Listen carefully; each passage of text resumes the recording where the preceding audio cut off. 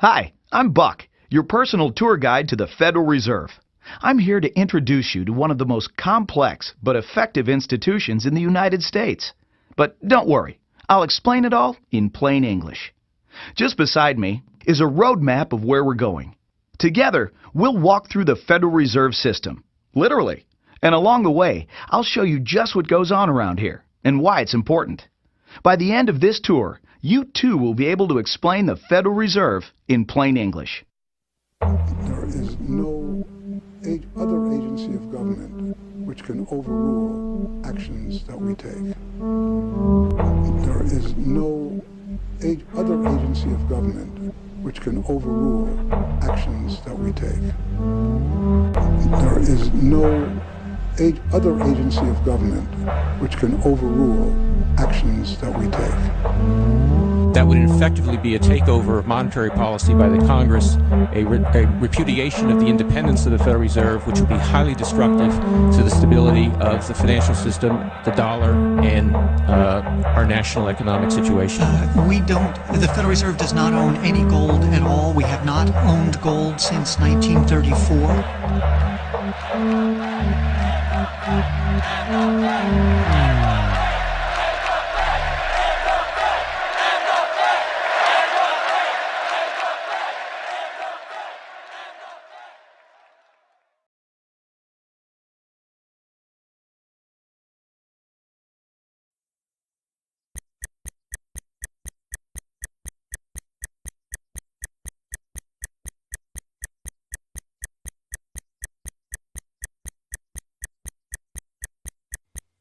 All our lives, we've been told that economics is boring.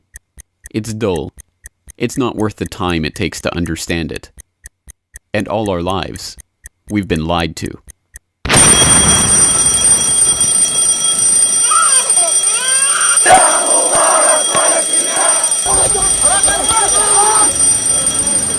War, poverty, revolution. They all hinge on economics, and economics all rests on one key concept. Money. Money. It is the economic water in which we live our lives. We even call it currency. It flows around us, carries us in its wake, drowns those who are not careful. We use it every day, in nearly every transaction we conduct. We spend our lives working for it, worrying about it, saving it, spending it, pinching it. It defines our social status. It compromises our morals. People are willing to fight, die, and kill for it. But what is it? Where does it come from? How is it created? Who controls it? It is a remarkable fact that, given its central importance in our lives, not one person in 100 could answer such basic questions about money as these.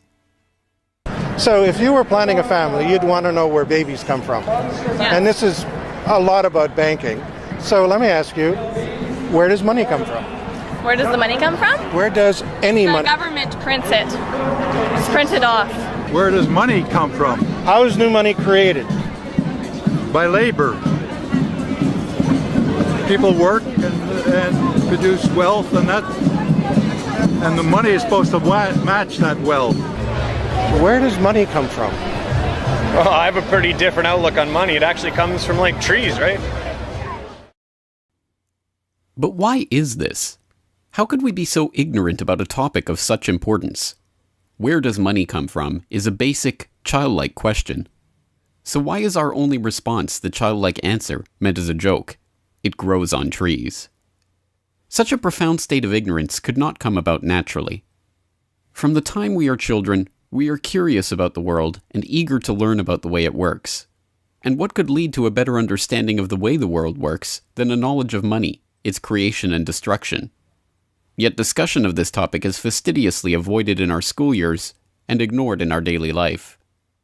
Our monetary ignorance is artificial, a smokescreen that has been erected on purpose and perpetrated with the help of complicated systems and insufferable economic jargon. But it doesn't take an economist to understand the importance of money. Deep down, we all know that the wars, the poverty, the violence we see around us hinges on this question of money. It seems like a 1,000-piece jigsaw puzzle just waiting to be solved. And it is. The puzzle pieces, taken together, create an image of the Federal Reserve, America's central bank and the heart of the country's banking system. Despite its central importance to the economy, relatively few have heard of it, and fewer still know what it is, despite the bank's attempts at self-description. Our economy runs on a complex system of exchange of goods and services, in which money plays a key part. Coin, currencies, savings, and checking accounts, the overall supply of money is managed by the Federal Reserve. Money is the medium through which economic exchanges take place, and money as a standard of value helps us to set prices for goods and services. The job of managing money, monetary policy, is to preserve the purchasing power of the dollar while ensuring that a sufficient amount of money is available to promote economic growth. The Federal Reserve also promotes the safety and soundness of the institutions where we do our banking. It ensures that the mechanisms by which we make payments, whether by cash, check, or electronic means, operate smoothly and efficiently. And in its fiscal role, acts as the banker for the United States government. Now, these duties comprise the major responsibilities of our central bank. But in order to really understand the Federal Reserve, we must first understand its origins and context. We must deconstruct the puzzle. The first piece of that puzzle lies here, in the White House. This is where the Federal Reserve Act, then known as the Currency Bill, was signed into law after passing the House and Senate in late December 1913. The New York Times of Christmas Eve 1913 described the festive scene. The Christmas spirit pervaded the gathering. While the ceremony was a little less impressive than that of the signing of the Tariff Act on October 3rd last in the same room, the spectators were much more enthusiastic and seized every occasion to applaud. There in the White House that fateful December evening, President Wilson signed away the last veneer of control over the American money supply to a cartel, a well-organized gang of crooks so successful, so cunning, so well hidden that even now, a century later, few know of its existence, let alone the details of its operations. But those details have been openly admitted for decades. Of course, just as we have been taught to find economics boring, we have been taught that this story is boring. This is the way the Federal Reserve itself tells it. The United States was facing severe financial problems. At the turn of the century, most banks were issuing their own currency, called banknotes. The trouble was, currency that was good in one state was sometimes worthless in another. People began to lose confidence in their money, since it was only as sound as the bank that issued it. Fearful that their bank might go out of business, they rushed to exchange their banknotes for gold or silver. By attempting to do so, they created the Panic of 1907. During the panic, people streamed to the banks and demanded their deposits. The banks could not meet the demand. They simply did not have enough gold and silver coin available. Many banks went under. People lost millions of dollars. Businesses suffered, unemployment rose, and the stability of our economic system was again threatened. Well, this couldn't go on. If the country was going to grow and prosper, some means would have to be found to achieve financial and economic stability. To prevent financial panics like the one in 1907, President Woodrow Wilson signed the Federal Reserve Act into law in 1913. But this is history as told by the victors, a revisionist vision in which the creation of a central bank to control the nation's money supply is merely a boring historical footnote, about as important as the invention of the zipper or an early 20th century hula hoop craze. The truth is that the story of the secret banking conclave that gave birth to that Federal Reserve Act is as exciting and dramatic as any Hollywood screenplay or detective novel yarn, and all the more remarkable for the fact that it is all true. We pick up the story, appropriately enough, under cover of darkness. It was the night of November 22nd, 1910, and a group of the richest and most powerful men in America were boarding a private rail car at an unassuming railroad station in Hoboken, New Jersey. The car, waiting with shades drawn to keep onlookers from seeing inside, belonged to Senator Nelson Aldrich, the father-in-law of billionaire heir to the Rockefeller dynasty, John D. Rockefeller Jr. A central figure on the influential Senate Finance Committee where he oversaw the nation's monetary policy, Aldrich was referred to in the press as the general manager of the nation. Joining him that evening was his private secretary Shelton, and a who's who of the nation's banking and financial elite. A. Pyatt Andrew, the Assistant Treasury Secretary, Frank Vanderlip, President of the National City Bank of New York, Henry P. Davison, a senior partner of J.P. Morgan Company, Benjamin Strong Jr., an associate of J.P. Morgan and president of Bankers Trust Co., and Paul Warburg, heir of the Warburg banking family and son-in-law of Solomon Loeb of the famed New York investment firm Kuhn Loeb and Company. The men had been told to arrive one by one after sunset to attract as little attention as possible. Indeed, secrecy was so important to their mission that the group did not use anything but their first names throughout the journey so as to keep their true identities secret even from their own servants and waitstaff. The movements of any one of them would have been reason enough to attract the attention of New York's voracious press, especially in an era where banking and monetary reform was seen as a key issue for the future of the nation. A meeting of all of them, now that would surely have been the story of the century. And it was. Their destination? The secluded Jekyll Island off the coast of Georgia, home to the prestigious Jekyll Island Club whose members included the Morgans, Rockefellers, Warburgs, and Rothschilds. Their purpose? Davison told intrepid local reporters who had caught wind of the meeting that they were going duck hunting. But in reality, they were going to draft a reform of the nation's banking industry in complete secrecy. G. Edward Griffin, the author of the best-selling The Creature from Jekyll Island and a longtime Federal Reserve researcher, explains. What happened is that the banks decided that since there was going to be legislation anyway to control their industry, that they wouldn't just sit back and wait and see what happened and cross their fingers that it would be okay. They decided that to do what so many cartels do today, they decided to take the lead, and they would be the ones calling for regulations and reform. They like the word reform, and American people are suckers for the word reform. You just put that into any corrupt piece of legislation, call it reform, and people say, oh, I'm all for reform, and so they vote for it or accept it. So that's what they were doing. They decided we will reform our own industry. In other words, we will create a cartel, and we will give the cartel the power of government. We'll take our cartel agreement so that we can self-regulate to our advantage, and we'll call it the Federal Reserve Act. And then we'll take this cartel agreement to Washington and convince those idiots there to pass it into law. And that basically was the strategy. It was a brilliant strategy. Of course, we see it happening all the time, and certainly in our own day today, we see the same thing happening in other cartelized industry. Right now, we're watching it unfold in the field of healthcare, but at that time, it was banking, all right? And so the banking cartel wrote their own rules and regulations, called it the Federal Reserve Act, got it passed into law, and it was very much to their liking because they wrote it. And in essence, what they had created is a set of rules which made it possible for themselves to regulate their industry, but they went even beyond that. In fact, it's clear to me when I was reading their letters and their conversations at the time and the debates that they never dreamed that Congress would go along and also give them the right to issue the nation's money supply. I mean, not only were they now going to regulate their own industry, which is what they started out as wanting to do, but they got this incredible gift that they didn't dream would be given to them, although they were negotiating for it.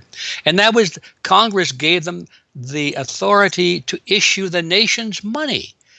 And Congress gave away the sovereign right to issue the nation's money to the private banks. And so all of this was in the Federal Reserve Act, and the American people were joyous because they were told and they were convinced that this was finally a means of controlling this big creature from Jekyll Island. Amazingly enough, they were successful, not just in conspiring to write the legislation that would eventually become the Federal Reserve Act, but in keeping that conspiracy a secret from the public for decades. It was first reported on in 1916 by Bertie Charles Forbes, the financial writer who would later go on to found Forbes magazine. But it was never fully admitted until a quarter-century later, when Frank Vanderlip wrote a casual admission of the meeting in the February 9, 1935 edition of the Saturday Evening Post. "I was as secretive, indeed as furtive, as any conspirator. I do not feel it is any exaggeration to speak of our secret expedition to Jekyll Island as the occasion of the actual conception of what eventually became the Federal Reserve System." Over the course of their 9 days of deliberation at the Jekyll Island Club, they devised a plan so overarching, so ambitious, that even they could scarcely imagine that it would ever be passed by Congress. As Vanderlip put it, "Discovery of our plan, we knew, simply must not happen, or else all our time and effort would be wasted. If it were to be exposed publicly that our particular group had got together and written a banking bill, that bill would have no chance whatever of passage by Congress." So what precisely did this conclave of conspirators devise at their Jekyll Island meeting? A plan for a central banking system to be owned by the banks themselves, a system which would organize the nation's banks into a private cartel that would have sole control over the money supply itself. At the end of their 9-day meeting, the bankers and financiers went back to their respective offices, content in what they had accomplished. The details of the plan changed between its 1910 drafting and the eventual passage of the Federal Reserve Act, but the essential ideas were there. But ultimately, this scene on Jekyll Island, too, is just one piece of a larger puzzle. And like any other puzzle piece, it has to be seen in its wider context for the bigger picture to become visible. To understand the other pieces of the puzzle and their importance in the creation of the Federal Reserve, we have to travel backward in time. The story begins in late 17th century Europe. The 9 Years' War is raging across the continent as Louis XIV of France finds himself pitted against much of the rest of the continent over his territorial and dynastic claims. King William III of England, devastated by a stunning naval defeat, commits his court to rebuilding the English navy. There's only one problem: money. The government's coffers have been exhausted by the waging of the war, and William's credit is drying up. A Scottish banker, William Patterson, has a banker's solution. A proposal to form a company to lend £1 million to the government at 6% plus £5,000 management fee, with the right of note issue. By 1694, the idea has been slightly revised, a £1.2 million loan at 8% plus £4,000 for management expenses, but it goes ahead. The magnanimously titled Bank of England is created. The name is a carefully constructed lie, designed to make the bank appear to be a government entity, but it is not. It is a private bank owned by private shareholders for their private profit, with a charter from the king that allows them to print the public's money out of thin air and lend it to the crown. What happens here at the birth of the Bank of England in 1694 is the creation of a template that will be repeated in country after country around the world. A privately controlled central bank lending money to the government at interest, money that it prints out of nothing.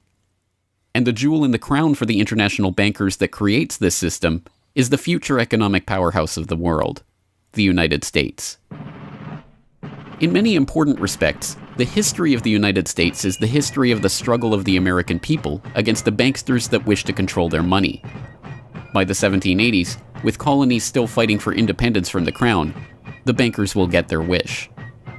In 1781, the United States is in financial turmoil. The Continental, the paper currency issued by the Continental Congress to pay for the war, has collapsed from overissue and British counterfeiting. Desperate to find a way to finance the end stages of the war, Congress turns to Robert Morris, a wealthy shipping merchant who was investigated for war profiteering just 2 years earlier. Now, as Superintendent of Finance of the United States from 1781 to 1784, he is regarded as the most powerful man in America, next to General Washington. In his capacity as Superintendent of Finance, Morris argues for the creation of a privately owned central bank deliberately modeled on the Bank of England that the colonies were supposedly fighting against. Congress, backed into a corner by war obligations and forced to do business with the bankers just like King William in the 1690s, acquiesces and charters the Bank of North America as the nation's first central bank. And exactly as the Bank of England came into existence loaning the British Crown £1.2 million, the BNA started business by loaning $1.2 million to Congress. By the end of the war, Morris has fallen out of political favor and the Bank of North America's currency has failed to win over a skeptical public. the BNA is downgraded from a national central bank to a private commercial bank chartered by the state of Pennsylvania. But the bankers have not given up yet. Before the ink is even dry on the Constitution, a group led by Alexander Hamilton is already working on the next privately owned central bank for the newly formed United States of America. So brazen is Hamilton in the forwarding of this agenda that he makes no attempt to hide his aims or those of the banking interests he serves. A national debt, if it is not excessive, will be to us a national blessing, he wrote in a letter to James Duane in 1781. It will be a powerful cement of our union. It will also create a necessity for keeping up taxation to a degree which, without being oppressive, will be a spur to industry. Opposition to Hamilton and his debt-based system for establishing the finances of the U.S. is fierce. Led by Jefferson and Madison, the bankers and their system of debt enslavement is called out for the force of destruction that it is, with Thomas Jefferson writing, "The spirit of war and indictment, since the modern theory of the perpetuation of debt, has drenched the earth with blood and crushed its inhabitants under burdens ever accumulating." Still, Hamilton proves victorious.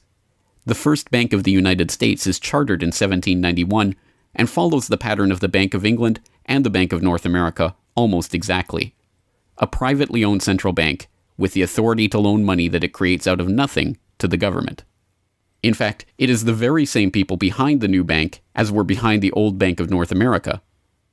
It was Alexander Hamilton, Robert Morris's former aide, who first proposed Morris for the position of financial superintendent, and the director of the old Bank of North America, Thomas Willing, is brought in to serve as the first director of the First Bank of the United States. Meet the new banking bosses, same as the old banking bosses. In the first 5 years of the bank's existence, the U.S. government borrows $8.2 million from the bank, and prices rise 72%. By 1795, when Hamilton leaves office, the incoming Treasury Secretary announces that the government needs even more money and sells off the government's meager 20% share in the bank, making it a fully private corporation. Once again, the U.S. economy is plundered while the private banking cartel laughs all the way to the bank that they created. By the time the bank's charter comes due for renewal in 1811, the tide has changed for the money interests behind the bank. Hamilton is dead, shot to death in a duel with Aaron Burr. The bank-supporting Federalist Party is out of power. The public are wary of foreign ownership of the central bank, and what's more, don't see the point of a central bank in time of peace. Accordingly, the charter renewal is voted down in the Senate, and the bank is closed in 1811. Less than a year later, the U.S. is once again at war with England.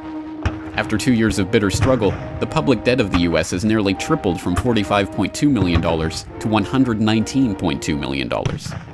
With trade at a standstill, prices soaring, inflation rising, and debt mounting, President Madison signs the charter for the creation of another central bank, the Second Bank of the United States, in 1816. Just like the two central banks before it, it is majority privately owned and is granted the power to loan money that it creates out of thin air to the government. The 20-year bank charter is due to expire in 1836, but still in his first term, President Andrew Jackson has already vowed to let it die prior to renewal. Believing that Jackson won't risk his chance for re-election in 1832 on the issue, the bankers forward a bill to renew the bank's charter in July of that year, 4 years ahead of schedule. Remarkably, Jackson vetoes the renewal charter and stakes his re-election on the people's support of his move. In his veto message, Jackson writes in no uncertain terms about his opposition to the bank. Whatever interest or influence, whether public or private, has given birth to this act, it cannot be found either in the wishes or necessities of the executive department, by which present action is deemed premature, and the powers confirmed upon its agent not only unnecessary, but dangerous to the government and country. I'm a ref being chased out of town after the worst game of my career. You forget one down, and the whole stadium turns on you.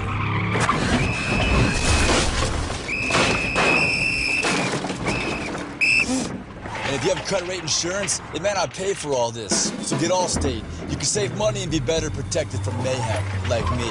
Shop less, get more. Make one call to an The Allstate. rich and powerful too often bend the acts of government to their selfish purposes.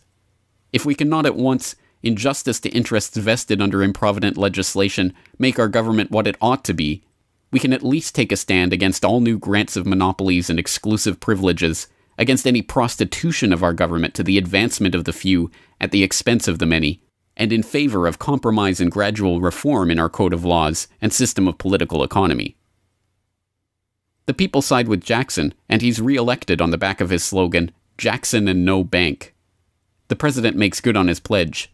In 1833, he announces that the government will stop using the bank and will pay off its debt.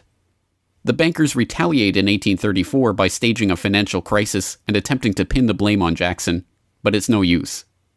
On January 8, 1835, President Jackson succeeds in paying off the debt, and for the first and only time in its history, the United States is free from the debt chain of the bankers. In 1836, the Second Bank of the United States charter expires, and the bank loses its status as America's central bank.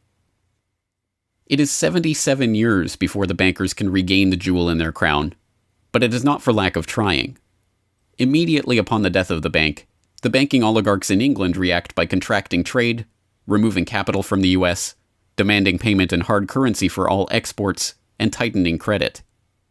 This results in a financial crisis known as the Panic of 1837, and once again Jackson's campaign to kill the bank is blamed for the crisis. Throughout the late 19th century, the United States is rocked by banking panics brought about by wild banking speculation and sharp contractions in credit. By the dawn of the 20th century, the bulk of the money in the American economy has been centralized in the hands of a small clique of industrial magnates, each with a near monopoly on a sector of the economy. There are the Astors in real estate, the Carnegies and the Schwabs in steel, the Harrimans, Stanfords, and Vanderbilts in railroads, the Mellons and the Rockefellers in oil. As all of these families start to consolidate their fortunes, they gravitate naturally to the banking sector.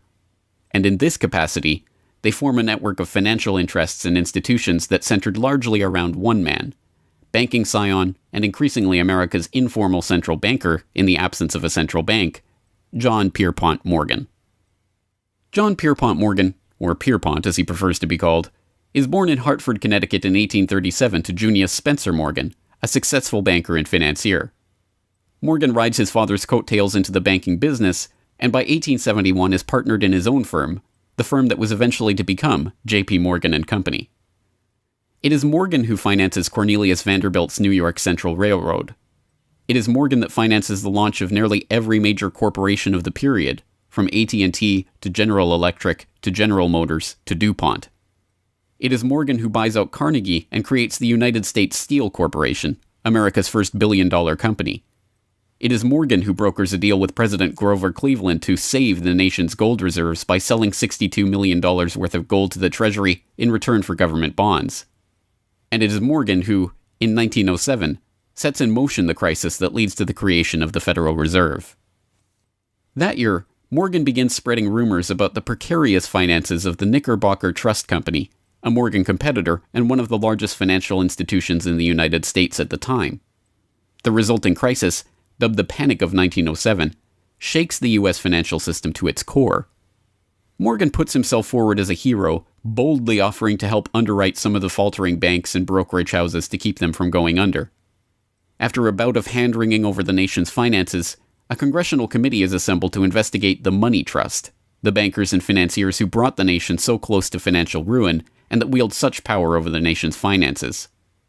The public follows the issue closely, and in the end a handful of bankers are identified as key players in the Money Trust's operations, including Paul Warburg, Benjamin Strong Jr., and J.P. Morgan.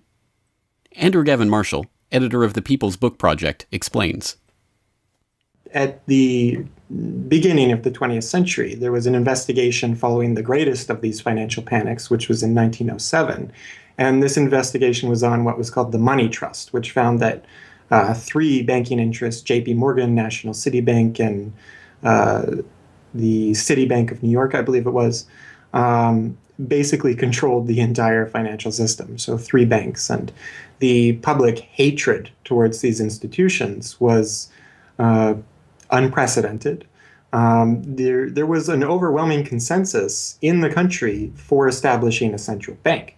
But there were many different interests in pushing this, and everyone had sort of their own specific purpose behind advocating for a central bank. So to represent the most people. You had farmer interests, populists, progressives, who were advocating a central bank because they couldn't take the recurring panics, but they wanted government control of a central bank. They wanted it to be exclusively under the public control because they despised and feared the New York banks as wielding too much influence. So for them, a central bank would be a way to curb the power of these private financial interests.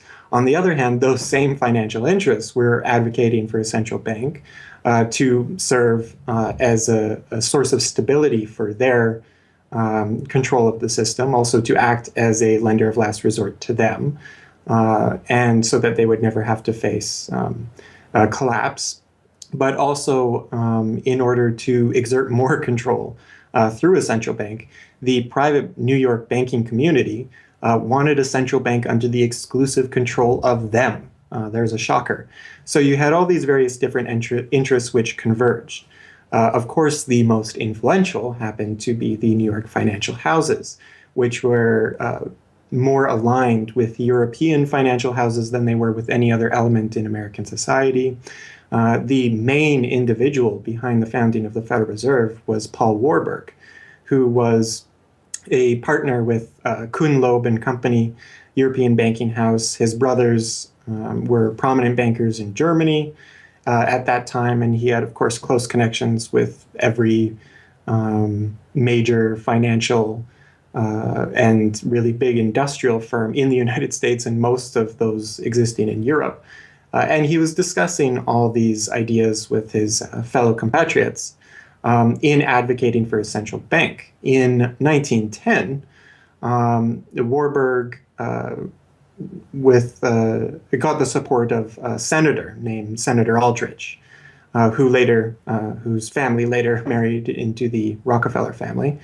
Again, I'm sure just a coincidence, but Aldrich invited Warburg and a number of other bankers to a private secret meeting on Jekyll Island, just off the coast of Georgia, where they met in 1910 to discuss the construction of a central bank in the United States, but one which, of course, would be owned and serve the interests of the private bankers.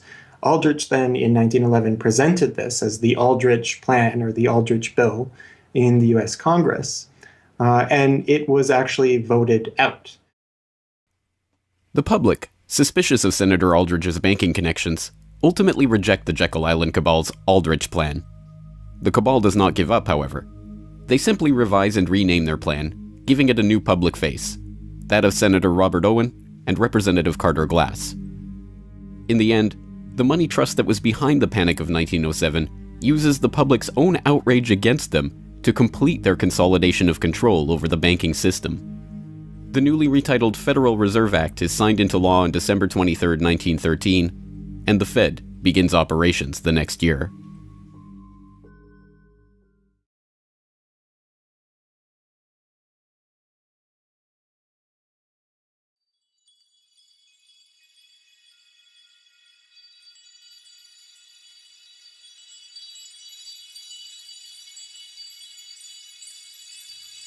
So how does the Federal Reserve System work?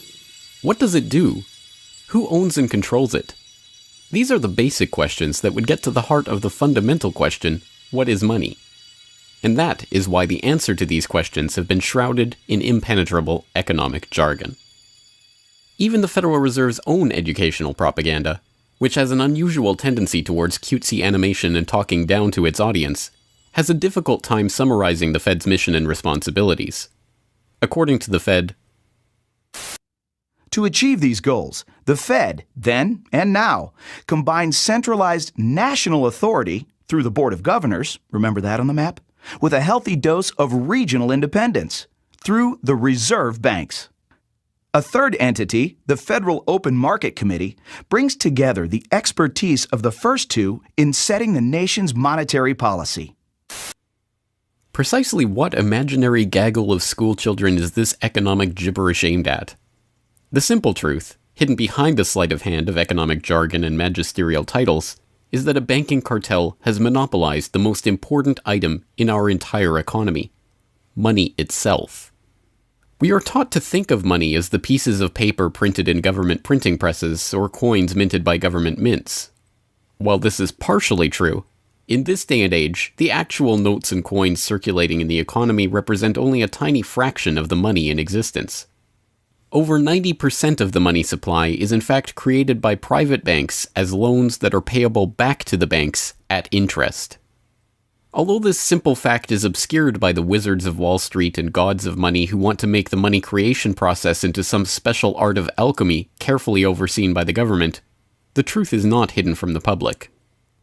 In December 1977, the Federal Reserve Bank of New York published another of its dumbed-down cartoon-ridden information pamphlets for the general public, attempting to explain the functions of the Federal Reserve System. There in black and white, they carefully explain the money creation process. Commercial banks create checkbook money whenever they grant a loan, simply by adding new deposit dollars to accounts on their books in exchange for a borrower's IOU. Banks create money by monetizing the private debts of businesses and individuals. That is, they create amounts of money against the value of those IOUs. There it is, in plain English. The vast majority of money in the economy, the checkbook money in our accounts at the bank and that we use in our electronic transfers and digital payments, is created not by a government printing press, but by the bank itself. It is created out of thin air as debt, owed back to the bank that created it at interest. This means that bank loans are not money taken from other bank depositors, but new money simply conjured into existence and placed into your account. And the bank is able to create much more money than it has cash to back up those deposits. The Fed claims to be the entity overseeing and backing up the banking industry. It was established, according to its own propaganda, to stabilize the system and prevent bank runs like the Panic of 1907 from happening again. Throughout much of the 1800s, almost any organization that wanted could print its own money. As a result, many states, banks, and even one New York druggist did just that. In fact, at one time, there were over 30,000 different varieties of currency in circulation. Imagine the confusion. Not only were there multitudes of currencies, some were redeemable in gold and silver, others were backed by bonds issued by regional governments. It was not unusual for people to lose faith both in the value of their currency and in the entire financial system. With many people trying to withdraw their deposits at once, sometimes the banks didn't have enough money on hand to pay their depositors. Then, when the funds ran out, the banks suspended payment temporarily, and some even closed. People lost their entire savings, and sometimes regional economies suffered. Obviously, something had to be done, and in 1913, something was. In that year, President Woodrow Wilson signed into effect the Federal Reserve Act. This act created the Federal Reserve System to provide a safer and more stable monetary and banking system. If that was indeed its aim, it signally failed to do so in running up one of the greatest bubbles in American history to that point in the 1920s, just a decade after its creation. The popping of that bubble, of course, led directly into the Great Depression and one of the greatest periods of mass poverty in American history. Economists have long argued that the Fed itself was the cause of the Depression by its complete mismanagement of the money supply. As former Federal Reserve Chairman Ben Bernanke admitted in a speech commemorating Fed critic Milton Friedman's 90th birthday, regarding the Great Depression, "You're right, we did it. We're very sorry. But thanks to you, we won't do it again." Price stability is another cited tenet of the Federal Reserve's mandate. But here, too, the Fed has completely failed to live up to its own standards. Aside from the banking system, the Federal Reserve has another responsibility that's probably even more important. It's in charge of something called monetary policy. Basically, it means trying to keep prices stable to avoid inflation. Say you buy a CD today for $14, but what if next year the price of the CD jumped to $20 or $50? Not because of a change in supply or demand, but because all prices were going up. That's inflation. There are a lot of different causes of inflation, but one of the most important is too much money.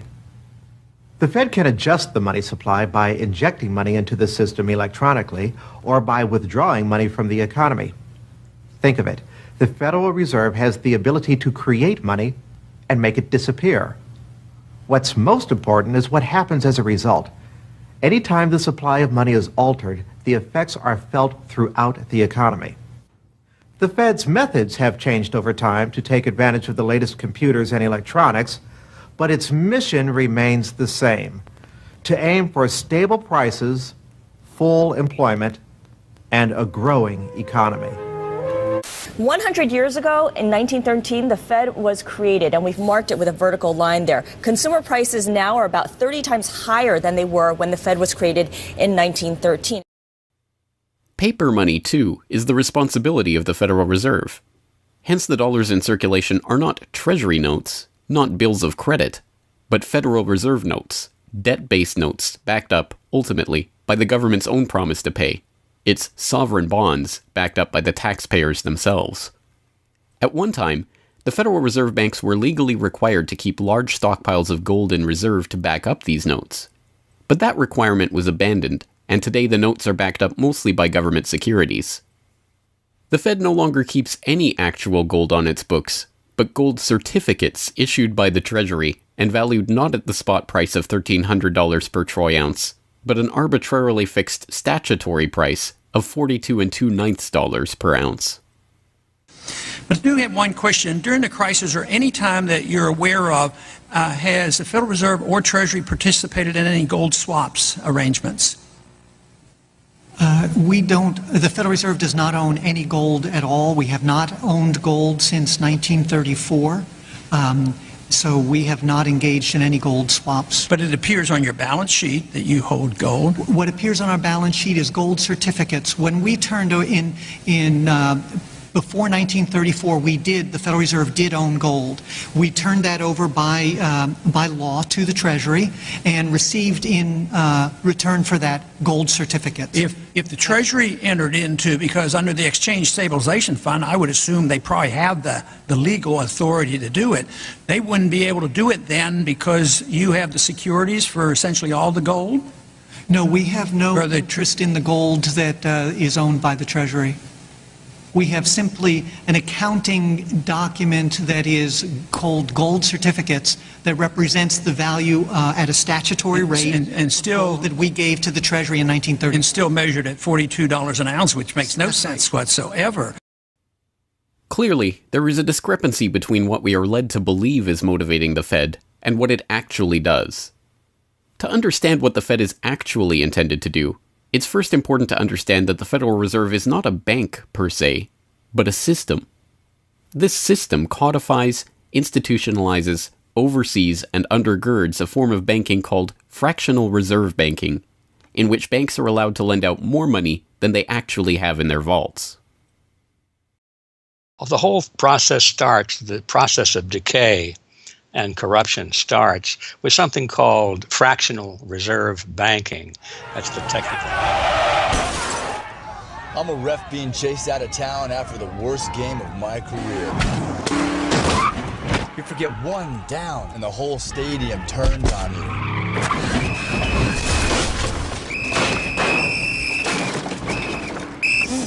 And if you have credit rate insurance, it may not pay for all this. So get Allstate. You can save money and be better protected from mayhem, like me.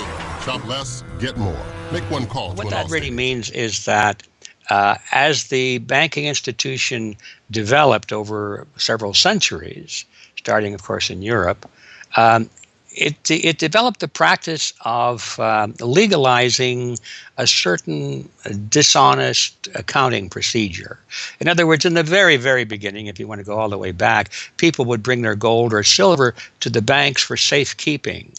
And they'd say, give us a paper receipt. And we don't want to guard our silver and our gold because, people could come in the middle of the night and they could kill us or tie us up and threaten us, and they'll get our gold and silver, so we can't really guard it. We'll take it to the bank and have them guard it, and we just want a paper receipt so that we can take the receipt back and get our gold anytime we want.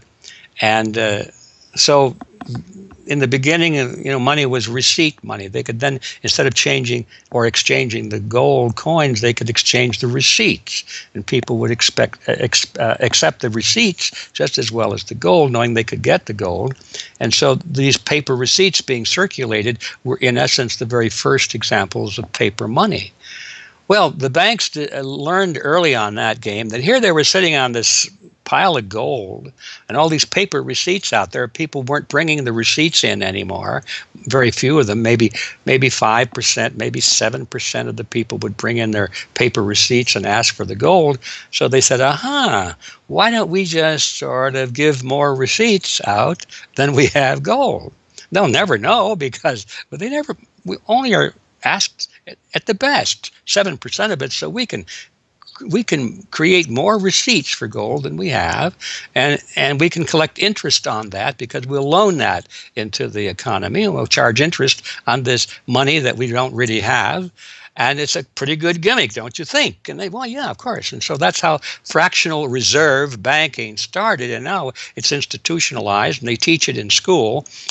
No one ever questions the integrity of it or the ethics of it. They say, well, that's the way banking works. And isn't it wonderful that we now have this flexible currency and we have prosperity and all of this sort of thing? So it all starts with this concept of fractional reserve banking. And the trouble is with that is it works most of the time, but every once in a while, there are a few ripples that come along that are a little bit bigger than the other ripples, and maybe one of them is a wave, and more than 7% will come in and ask for their gold.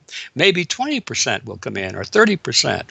And well, now the banks are embarrassed because the fraud is exposed. They say, well, we don't have your gold. What do you mean you don't have my gold? I gave it to you and put it on deposit, and you said you'd safeguard it. Well, we don't have it. We loaned it out.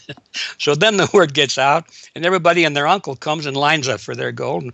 And of course, they don't have it, and the banks are closed. They have bank holidays, and the banks are embarrassed. They go out of business. People lose their savings, and you have these terrible banking crashes that were ricocheting all around the world prior to this time. And that's what caused the concern. One of the things that caused the concern of the American people, they didn't want that anymore.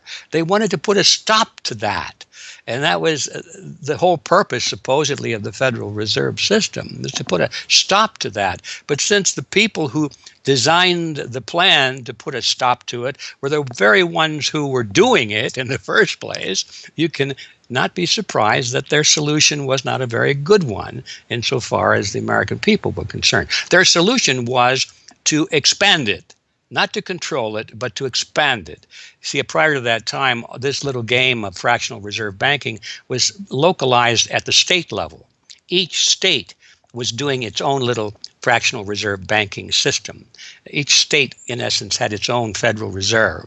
Central banks were authorized by state law to do this sort of thing, and that was causing all this problem. And so the Federal Reserve came along and said, well, no, we're not going to do this at the state level anymore because look at all the problem it's causing. We're going to consolidate it all together, and we're going to do it at the national level.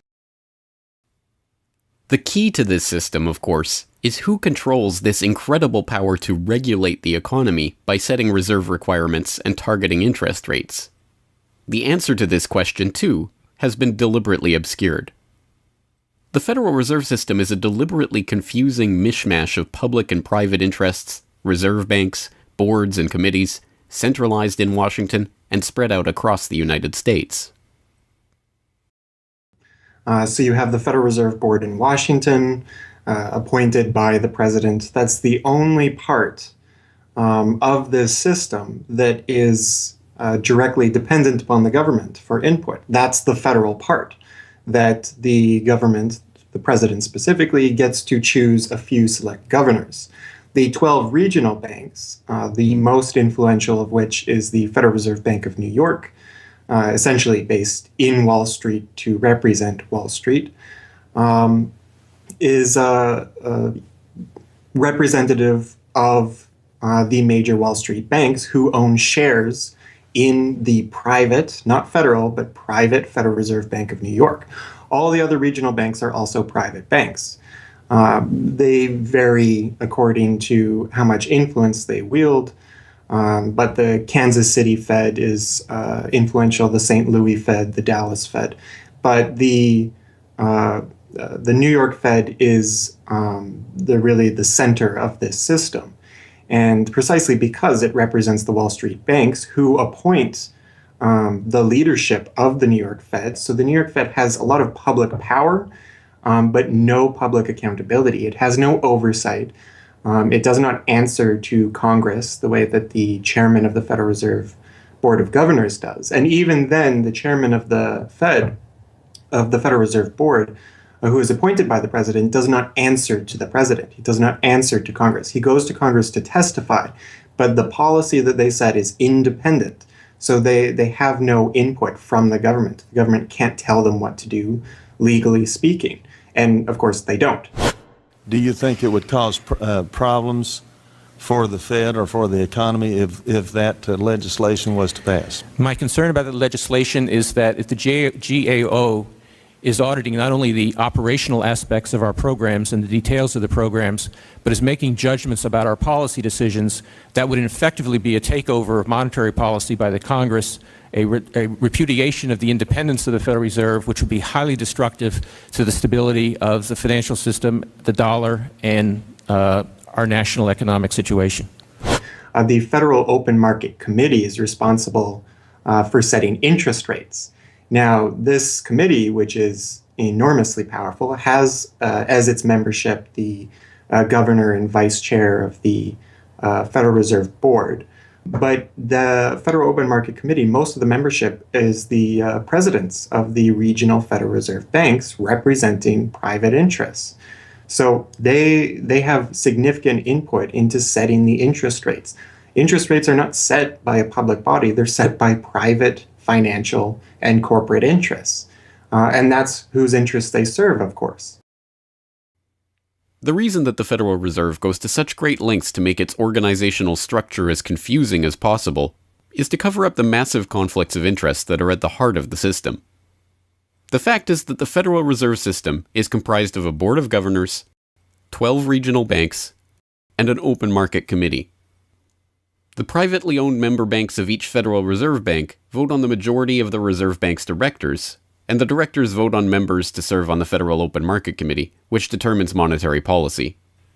What's more, Wall Street is given a prime seat at the table, with tradition holding that the president of the powerful New York Federal Reserve Bank be given the vice chairmanship of the FOMC and be made a permanent committee member. In effect, the private banks are the key determinants in the composition of the FOMC, which regulates the entire economy. According to the Fed, its monetary policy decisions do not have to be approved by the president or anyone else in the executive or legislative branches of government. It does not receive funding appropriated by the Congress, and the terms of the members of the Board of Governors span multiple presidential and congressional terms. Or, in the words of Alan Greenspan, what is the proper relationship, what should be the proper relationship between a chairman of the Fed and a president of the United States? Well, first of all, the Federal Reserve is an independent agency, and that means basically that there is no other agency of government which can overrule actions that we take. The Fed goes on in its self-mythologization to state that it is not a private, profit-making institution. This characterization is dishonest at best, and an outright lie at worst. The regional banks are themselves private corporations, as noted in a 1928 Supreme Court ruling. Instrumentalities like the national banks or the Federal Reserve banks, in which there are private interests, are not departments of the government. They are private corporations in which the government has an interest. This point is even admitted by the Federal Reserve's own senior counsel. Our regulations do specify overall terms for the lending, but the day-to-day operation of the banking activities are conducted by the Federal Reserve banks. They are banks, and indeed they do lend, and they do interact they're their with own depositors. agency then, essentially, They are not in that agencies. regard. Yes, they're not agencies, Your Honor. They're persons under FOIA. Each Federal Reserve Bank, the stock is owned by the member banks in the district, 100% privately held. They have private boards of directors. Majority of those boards are appointed by the independent banks, private banks in the district. They are not agencies.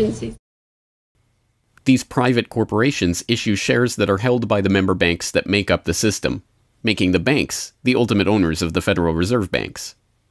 Although the Fed's profits are returned to the Treasury each year, the member banks' shares of the Fed do earn them a 6% dividend.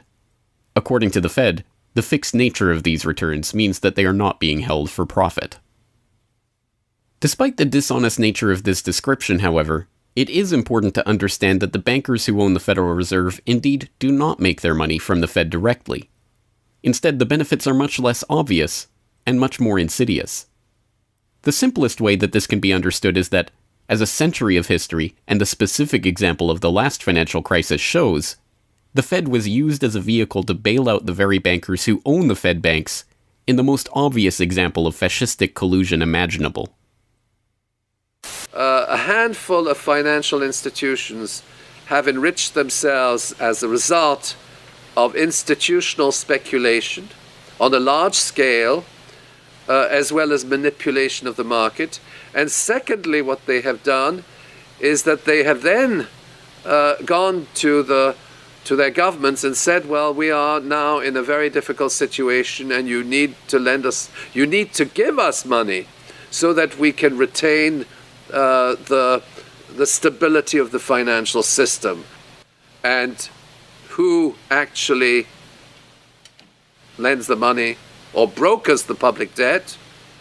The same financial institutions which are the recipients of the bailout. Okay, and so what you have is a circular process. It's a diabolical process. You're lending money. You're not lending money. You're handing money to the large financial institutions, and then this is leading up to a mounting public debt in the trillions. Okay. And then you say to the financial institutions, we need to establish a new set of treasury bills and government bonds, etc., which of course are sold to the public, but they are always brokered through the financial institutions, which establish their viability and so on and so forth.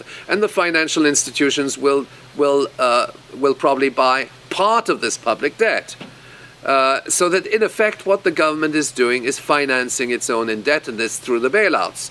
It hands money to the banks, but to hand the money to the banks, it becomes indebted to those same financial institutions, and then it says, well, we now have to emit large amounts of public debt. Please, can you help us? And then the banks will say, well, your books are not quite in order. And then the government will say, well, obviously they're not in order because we've just handed you $1.4 trillion of bailout money, and we're now in a very difficult situation, so we need to borrow money from the people who are, in fact, the recipients of the bailout. So this is really what we're dealing with. We're dealing with a circular process. The 2008 crisis and subsequent bailouts are merely the latest and most brazen examples of the fundamental conflicts of interest at the heart of America's privately owned central banking system. Beginning with the collapse of Lehman Brothers in September of that year, the Federal Reserve embarked on an unprecedented program of bailouts and special zero-interest lending facilities for the very banks that had caused the subprime meltdown in the first place. By the cartelization of the Federal Reserve structure, and thus not by accident, it was the very bank presidents who had overseen their banks' lending practices that ended up in the director positions of the Federal Reserve banks that voted on where to direct the trillions of dollars in bailout money. And unsurprisingly, they directed it toward their own banks. A stunning 2011 Government Accountability Office report examined $16 trillion of bailout facilities extended by the Fed in the wake of the crisis and exposed numerous examples of blatant conflicts of interest. Jeffrey Immelt, chief executive of General Electric, served as a director on the board of the Federal Reserve Bank of New York. At the same time, the Fed provided $16 billion in financing to General Electric. JP Morgan Chase chief executive Jamie Dimon, meanwhile, was also a member of the board of the New York Fed during the period that saw $391 billion in Fed emergency lending directed to his own bank. In all, Federal Reserve Board members were tied to $4 trillion in loans to their own banks.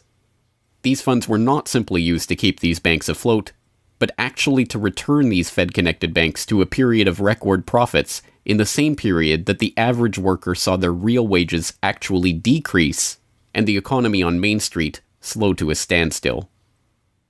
Ben Bernanke, at that time the chairman of the Federal Reserve Board of Governors, was confronted about these conflicts of interest by Senator Bernie Sanders upon the release of the GAO report in June 2012.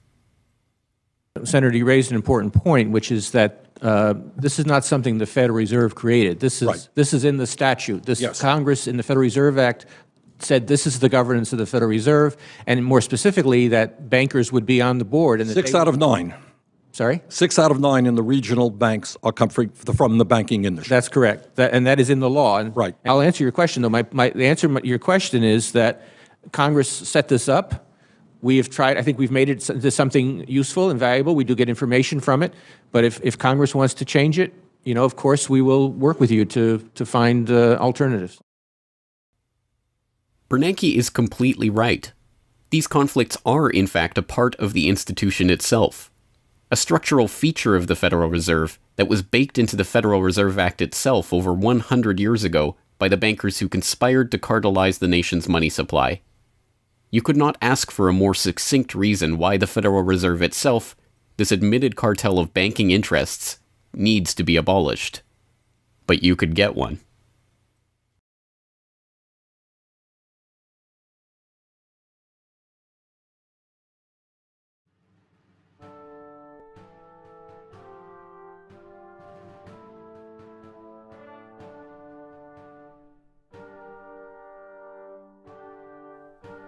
We now know that for centuries, the people of the United States have been at war with the international banking oligarchs. That war was lost, seemingly for good, in 1913 with the creation of the Federal Reserve. With the passage of the Federal Reserve Act, President Woodrow Wilson consigned the American population to a century in which the money supply itself has depended on the whims of the banking cabal. A century of booms and busts, bubbles and depressions, has led to a wholesale redistribution of wealth toward those at the very top of the system.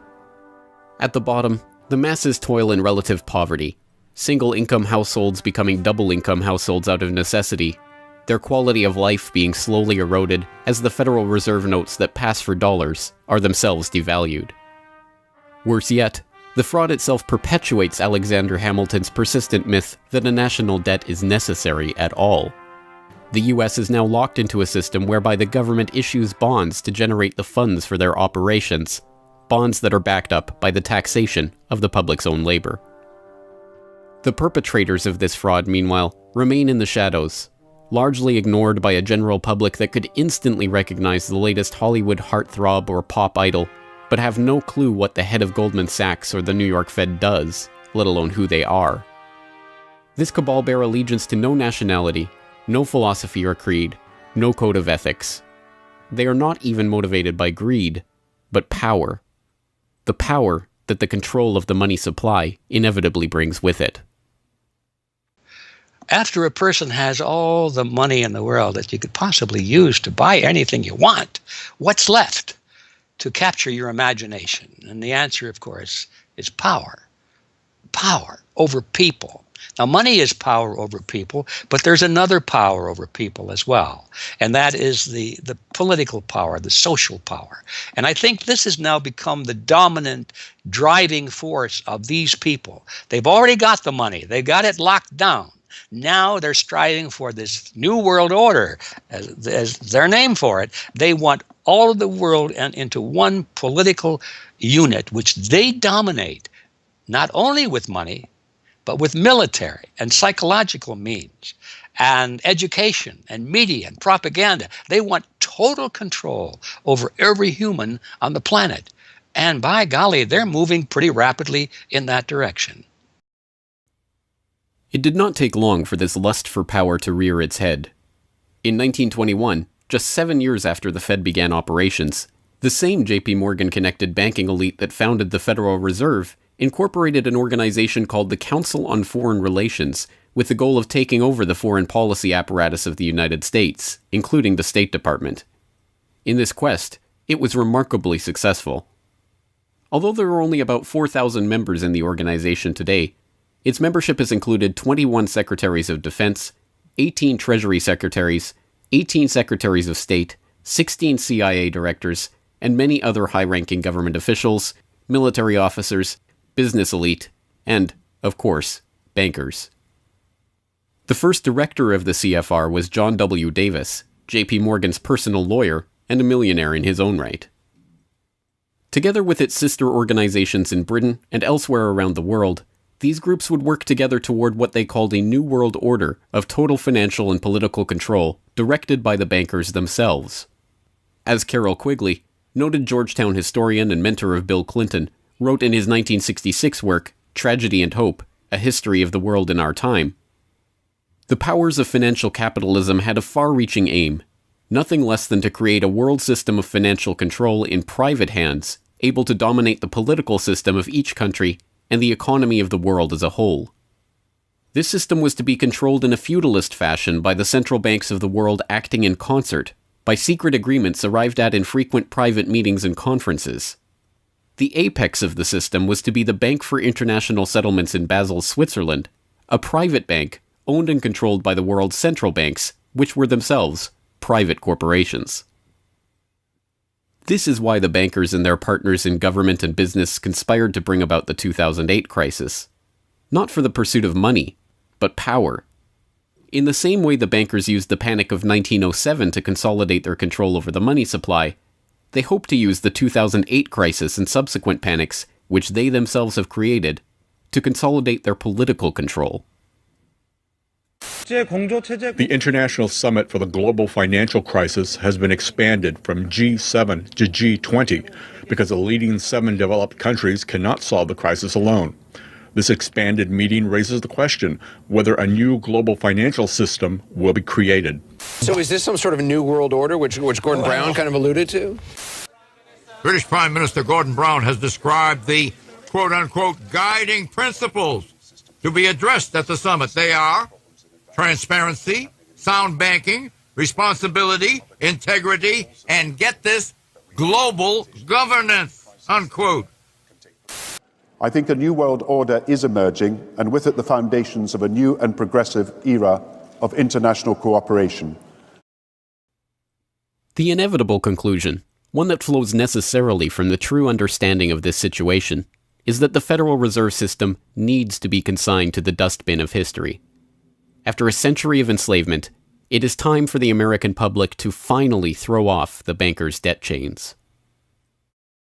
If there was ever a point in human history to start questioning alternatives, this would be it. And to think that where we are and simply say, oh, well, this is the best of our options. How many of the best options lead to self-destruction? Doesn't sound like a best option. I think that with a world of 7 billion people, we can probably come up with something better than a system in which a few thousand people benefit so much at the expense of everything else on this world, and at the expense of the potential for the future of mankind. They're leveraging our future. And so long as we accept this way of thinking, so long as we accept these institutions as having dominance, that's the direction we'll be going. So I think reform is a good way to try and stall and to push back directly against the expanding and evolving power structures. But a radical change is what's really needed, and that has to be built from the bottom up. But I think that these two processes can and should go together in parallel.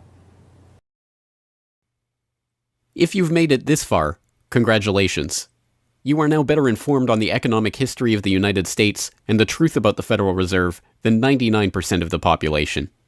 If you do nothing else, then just working to get those around you educated on this information alone will have a profound effect. Once they learn of the scam, many are motivated to do something about it, and they, in turn, inform others. This is the viral nature of suppressed truth, and it is the reason that more people are aware of and energized by the issue of the Federal Reserve and the nature of money than ever before. Perhaps even more amazingly, this movement is spreading to other parts of the globe. Recognizing the interlocking nature of the modern global economy and the international nature of the banking oligarchy, movements to abolish the Federal Reserve have sprung up in Europe, where protests against the cartelized central banking system are taking place in over 100 cities, attracting 20,000 people on a weekly basis. I started this movement because I realized that the Federal Reserve Act, in my opinion, is one of the most worst laws in the whole world. So a private banking company is lending America the money, and in my opinion, America is not any more democratic. The Federal Reserve tells the government what to do, and that's a problem. It's a very big problem, especially in the U.S. Why is it a global issue, and why are people doing it here in Germany? Because when you realize that this finance system, it's a global system, you have to go to the really beginning of the system. And in my opinion, it's also the World Bank and the International Fund of Currencies and stuff like this. But at the beginning of all this is a law from 1913, Woodrow Wilson signed it, and this is the beginning of all this hardcore capitalism we are suffering right now from. And the only way to stop this is maybe to break this law. But what if the burgeoning movement to end the Fed is successful? What system do people propose as the answer? There have been several proposals along different lines by various researchers. Some argue for a return to America's colonial roots of debt-free money issued by state-run banks, pointing to the Bank of North Dakota as one already functioning, successful model of this approach. We've had two banking systems ever since the 1860s, with the state bank system and the federal bank system. And the federal bank system are the big Wall Street banks, particularly. They dominate the federal system. So they're taking over right now. I mean, in California, we don't even have any local banks where I am. They're now, we had two, and I had accounts in both of them, and they're now, one of them is Chase Bank and the other is U.S. Bank. So they're both big Wall Street banks now. They've been taken over. So if you can keep, it's the local banks that have an interest in serving the local business. The big banks have no interest in making loans to local business. It's too risky. Why should they bother? They've got this virtually free money they can get from the Fed and from each other, and it's much more lucrative to them either to speculate in commodities or other things abroad, or what works very well for them is to buy long-term government bonds at 3%, because these have no capital requirement. The capital requirement for government bonds are zero. So they can buy all of those that they want. Whereas if they buy, let's say, mortgages, or if they make loans for mortgages, or they make loans to businesses, then they have to worry about their capital requirement. And as soon as they've used up all their capital, in other words, $8 of capital will get you $100 of loans, then they can't make any more loans. They have to wait for 30 years till those loans get paid off. So what they do, if they do buy mortgages, is sell them off to investors. And so that was the whole mortgage-backed securities scam that we've seen. They had no motivation to make sure that these borrowers were actually sound borrowers. They just wanted to make a sale, so they sold the stuff to the unwary investors who might be somebody in Iceland or Sweden or pension funds. Yeah, so that didn't work out so well. So a state bank with the partnering with the local banks can provide the capital, can help them with capital. In North Dakota, the state bank guarantees the loans of the local banks, allowing them to make much bigger loans than they could otherwise.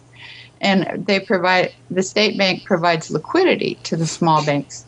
That's why the small banks, the local banks, aren't making loans to small business right now, because they don't know that they can get money from the other banks as needed.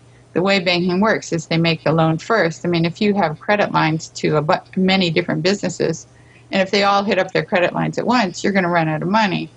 So you don't dare do that unless you know that you can get short-term loans from the other banks. And what's happening right now, even though there's $1.6 trillion in excess reserves sitting on the books of the big banks, they're not available to the little banks. And the reason is because the Fed is paying 0.25% interest on those reserves. So the banks have no incentive to lend them to the little banks. Why let go of them when you can make just as much keeping them, and then you still have your reserves, and you can use them as collateral to buy bonds or something that'll make you more money.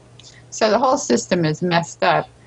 And in North Dakota, the Bank of North Dakota provides the liquidity for these local banks. Others advocate a decentralized system of alternative and competing currencies that greatly reduce or even eliminate altogether the need for a central bank. Well, 22 years ago in Ithaca, New York, I noticed that a lot of people, friends particularly, had skills and time that were not being employed or respected by the prevailing economy. And while we had much desire to create things and trade them with each other, and many services we could provide to each other, we didn't have the money. So, since I have a background in graphic design, journalism, and arrogance, I went to my computer and designed paper money for Ithaca, New York. Designed pretty colorful money, with pictures of children, waterfalls, and trolley cars, and denominated in hours of labor. 1 hour note, half hour, quarter, eighth hour note, 2 hour note, and then began to issue to each of the pioneer traders who had agreed to be listed in the directory a specific starter amount. And the game began. An hour has been worth an hour of basic labor, or 10 US dollars, which at that time, 20 years ago, was double the minimum wage. People who usually expect more than $10 per hour of their service can charge multiple hours per hour, but the denomination puts between us as residents of our community that reminder that we are fellow citizens, not merely winners or losers scrambling for dollars.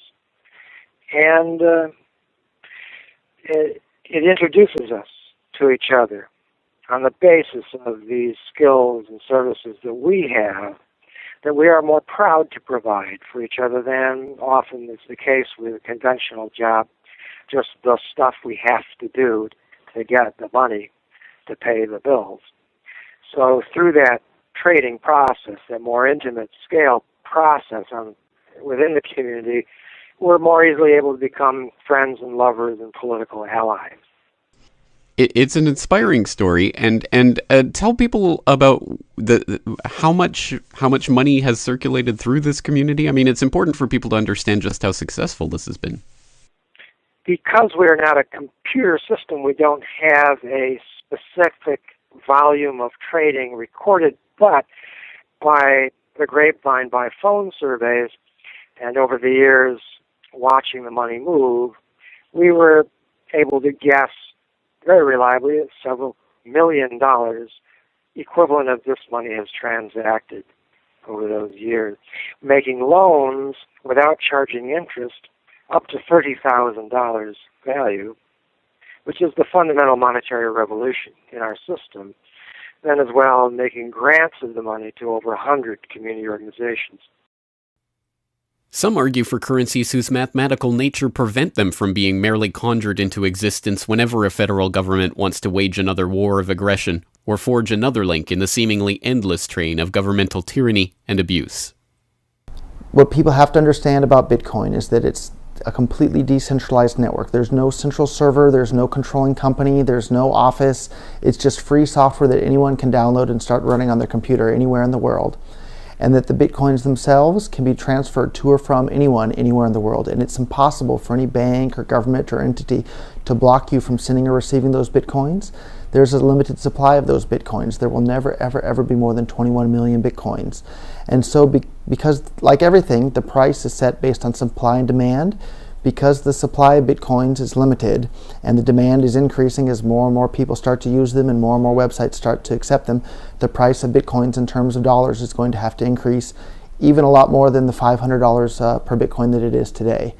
Are there any drawbacks at all to the idea of using a cryptocurrency?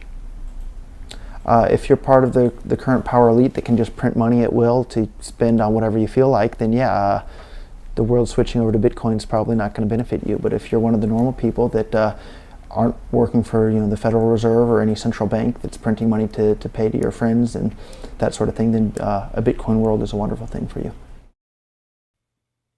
Sound money, cryptocurrencies, state banks, Let's programs, self-issued credit. These and many other solutions have all been proposed, and many of them are in use in different localities today. Information on all of these ideas and how they are being applied in various parts of the world are widely available online. The point is that the question of what money is and how it should be created is perhaps the single greatest question facing humanity as a whole, and yet it is one that has been almost completely eliminated from the national conversation. Until recently.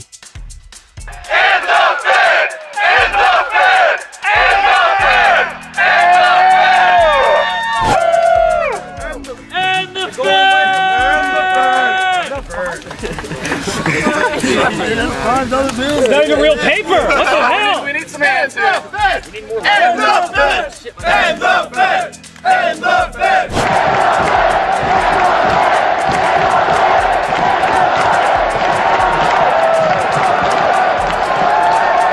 I haven't even gotten to that part yet. We can do it again when I get to that part.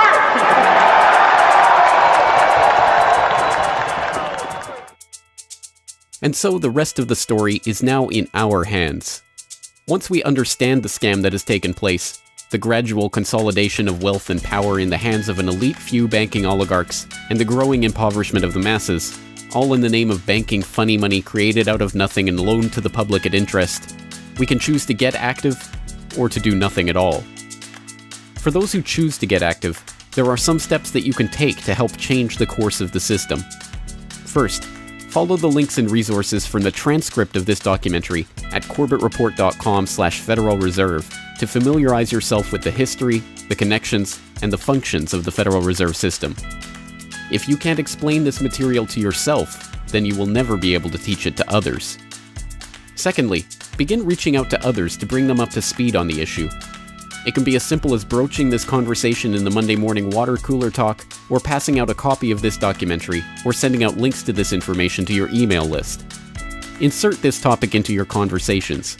When people start talking about the national debt, or the state of the economy, or other political talking points, get them to question the roots of these issues, and why there is a national debt at all. Thirdly, when you are able to find or create a group of like-minded people in your area who are engaged with the issue, start a study group on the issue and its solutions. The study group can help source alternative or complementary currencies in the local area, or, if none exist already, the group can form the basis for a community of local businesses and customers who are willing to start experimenting with ways to wean themselves off of the Federal Reserve notes. Fourthly, use the resources at corbettreport.com, including the Federal Reserve information flyer, or hold DVD screenings to attract interest in your group and draw others into studying the true nature of the monetary system. The work of building up an alternative to the current system can seem daunting, even at times overwhelming. But it is important to keep in mind that the Federal Reserve System that seems so monolithic today has only been around for 1 century.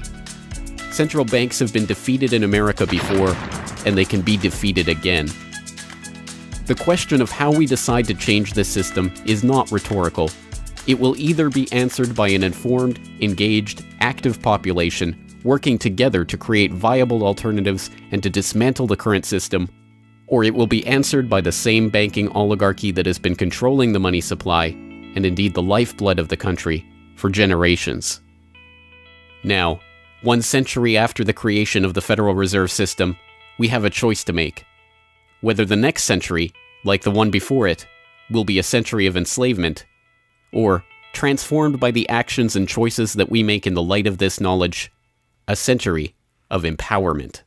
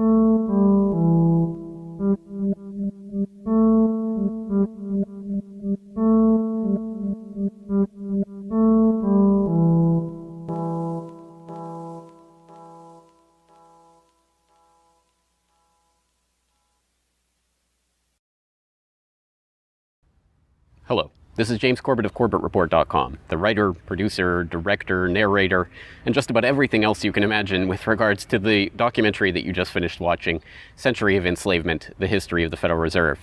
As I mentioned towards the end of that documentary, if you've made it this far, then you are now better informed about the Federal Reserve, its origins, what it is, how it functions, and why it must be opposed than 99% of the general public. And if you've made it this far, then you are obviously one of the very few who is very eager and motivated to join the rising tide of free humanity that is seeking to throw off the debt chains of the banksters in the United States and around the world. And if you are so motivated, then I have some treats for you. I have some resources that I'd like to direct you to. As I mentioned again towards the end of that documentary, there are some resources up at CorbettReport.com that I hope will help you in your quest to better inform yourself and better inform others about the Federal Reserve System. Because once again, if you can't explain this to yourself, then how could you ever hope to explain it to anyone else? So I think the first quest that we must all engage in is to improve our own understanding of the Federal Reserve System and how it functions, and then to spread that information to others. And on that note, once again, if you go to CorbettReport.com, you'll be able to find, first and foremost, this documentary itself is, of course, 100% freely available online, which you would know because you're watching this right now. So, of course, there will be links to the YouTube version of this documentary or the downloadable MP4 version on my website. There's also audio MP3 files available for download.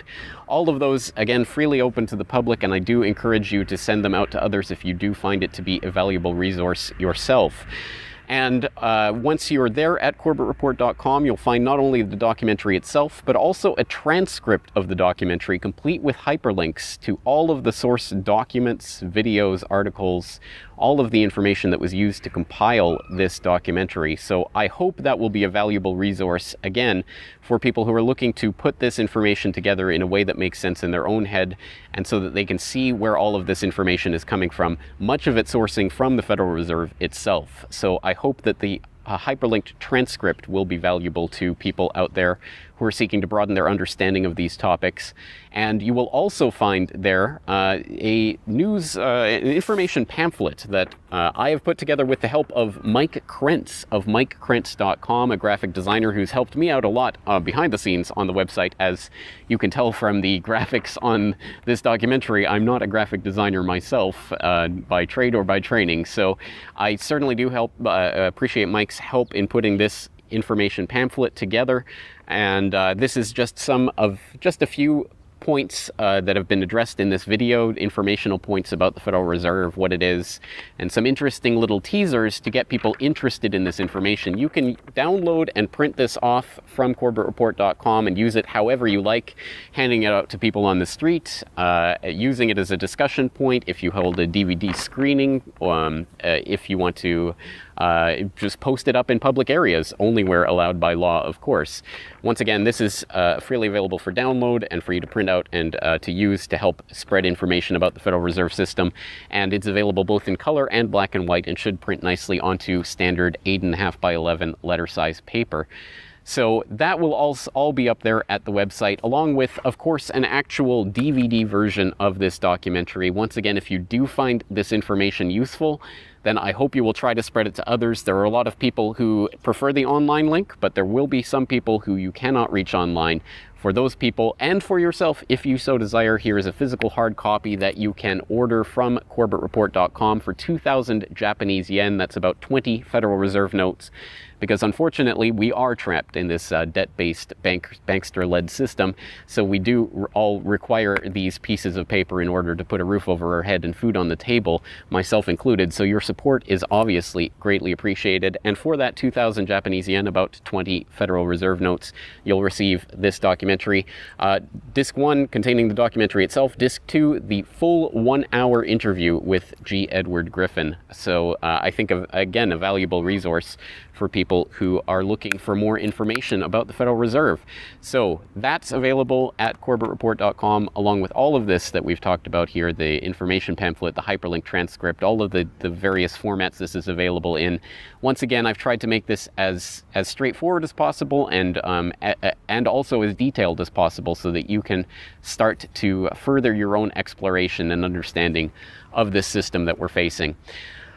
Once again, of course, any way that you choose to get this information out to others is greatly appreciated, but if you do want to send the Corbett Report links around, the best one to use is corbettreport.com/Federal Reserve. That will have the documentary in the YouTube format, it will have the downloadable MP3 and MP4 formats, it will have the transcript, it will have the downloadable information pamphlet, and it will also have a link to buy the DVD. So all of that will be there at corbettreport.com/Federal Reserve.